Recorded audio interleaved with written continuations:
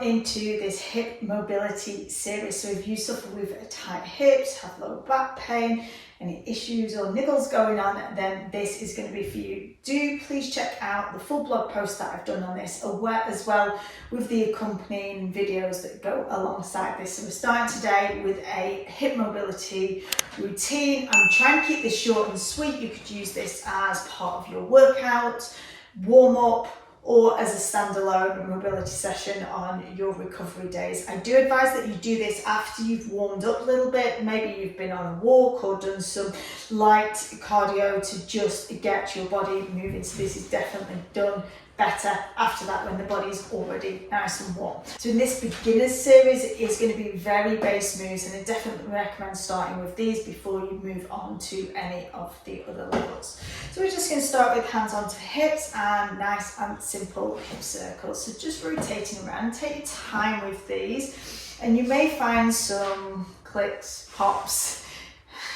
releases going on. And as you start to make the movement going around, try and gradually make that movement a little bit bigger. So we're just getting the top of the femur to move around in the socket joint and really engage and get the full range of movement in that hip and releasing out. So just change directions.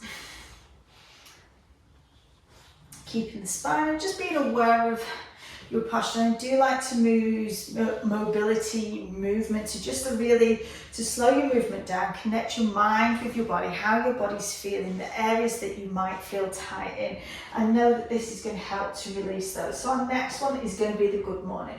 We're going to take the hands up by the ears, elbows pulled backwards, and this is a deadlift position. So we're going to send the hips backwards, hinging from the hips until we start to feel a stretch into the hamstrings. Pause there, then pressing through the heels, contracting the hamstrings and squeezing the butt to come back up to stand.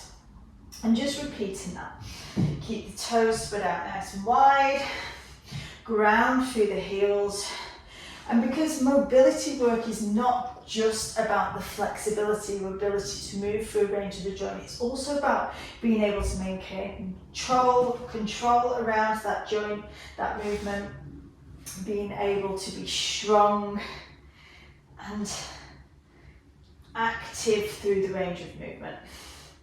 So as you do a few more of these, you might find that you can start to go that little bit lower and just go to your own ranges. The more you practice these, you'll find the further that you can get down, maintaining that good upright posture in through the spine.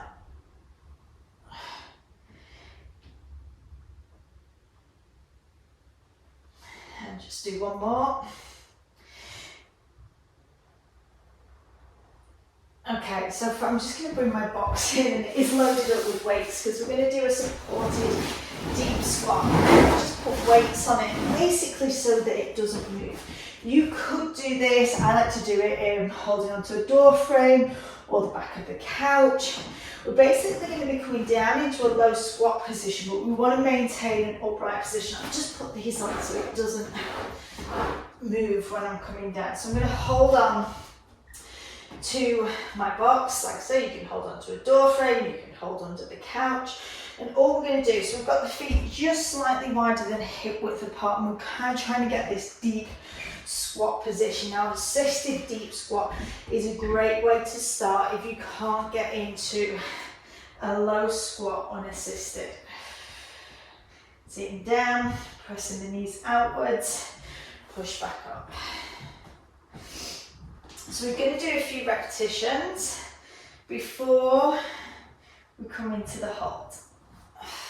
So you might want to start this off just coming down low, get into where you can, press back up. The deep squat is something that takes practice and it will improve over time, and it is a real good indicator of how your hip flexibility is improving. But it's not just about the hips in the deep squat, it's going to be dependent on knee mobility, ankle mobility as well as hip mobility is definitely one that I struggle with. And so I've had to do a lot of work on these to be able to get down unassisted, and mine is still definitely not perfect. It's something that I do have to continually work on. So we're going to hold it down this time. Just while we're here, just think about lifting the chest up, sinking the hips down and pulling yourself in towards the box or whatever it is that you've got available to you. Couch is always good. It wants to be something that's not going to move very easy. And just from here, I'm just going to sway over to one side, keeping the heels down on the floor, and that is key to keeping the heels down, side to side.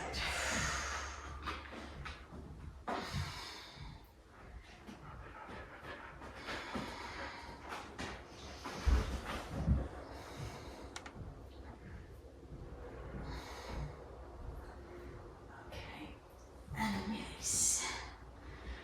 Ooh. And I'll see you on the next one.